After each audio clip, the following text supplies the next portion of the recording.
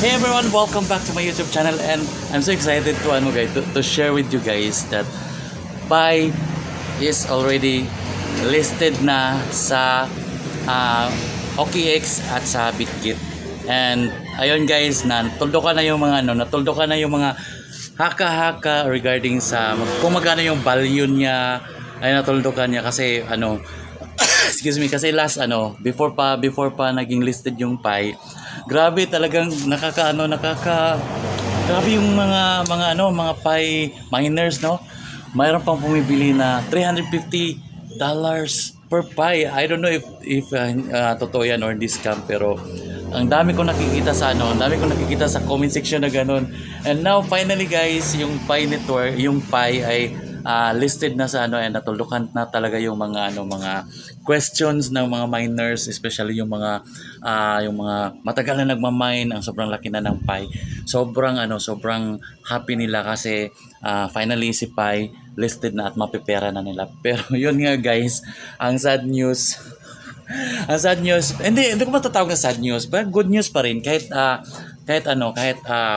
medyo nakakalungkot yung naging value ni Pi, no? Nakakalungkot yung naging value ni Pi kasi we expect na maging $350 dollars. So ako naman hindi ako naniniwala na maging $350 siya kasi hindi talaga ako naniniwala. Kaya nga hindi ako nag-mine ng masyado sa Pi. Pero mayroon akong Pi, hindi siya masyadong ganun kalaki, hindi ka umabot ng 1,000. Nakalak pa. Ayun, good thing nakalak siya kasi maybe tataas siya pagdating ng panahon na ma-unlock siya, no? Kasi medyo matagal pa talaga yung unlocking period ng ko ng Pi ko.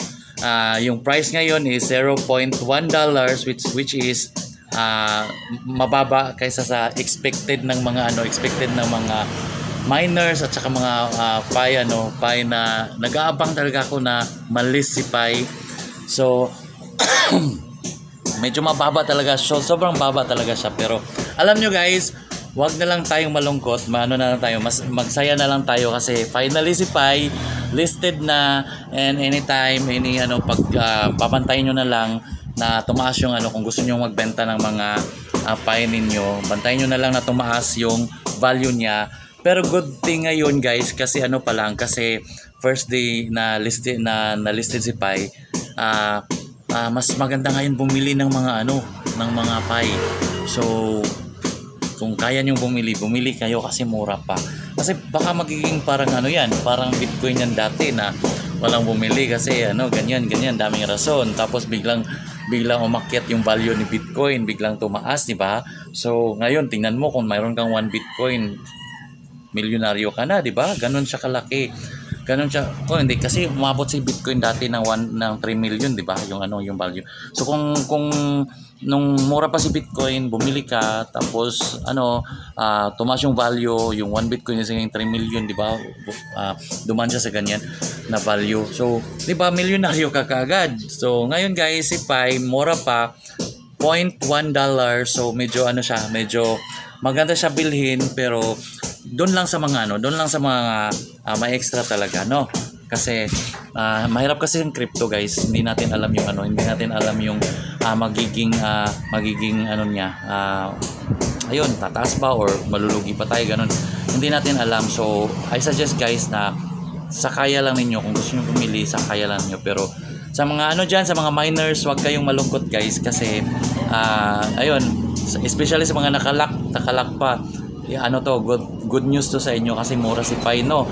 Pagdating ng panahon na ma-unlock yan, baka mataas na yung value niya. So i-pray na lang natin na tataas yung value ni Pi.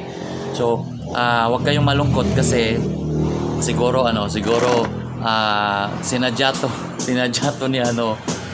ni God kasi hindi nakalak pa yung mga Pi mostly talaga. And I know mayroong purpose kung bakit nakalak yung mga Pi natin. Kinokontrol din pa yung pagbibentahan, di ba? Sa first day kasi in-expect ng mga pag malaki yung value, benta kaagad, magkano yung value. Kahit ako nga, sabi ko, may Pi ako ngayon, tapos 3,000 Pi, kaibigan ko 3,000 Pi, road to 4,000 Pi, tapos yung isang Pi is kahit $1 lang, ibenta ko talaga, malaki na yun. Anyway, free lang naman yun. Sorry guys ha. Anyway, free lang naman yun. Magmamine, free mining lang naman si Pi, di ba? So, pwede ko pa namang i-mine yun, di ba? Pwede ko pang i-mine yun yung Pi na naipon ko tapos ibenta ko.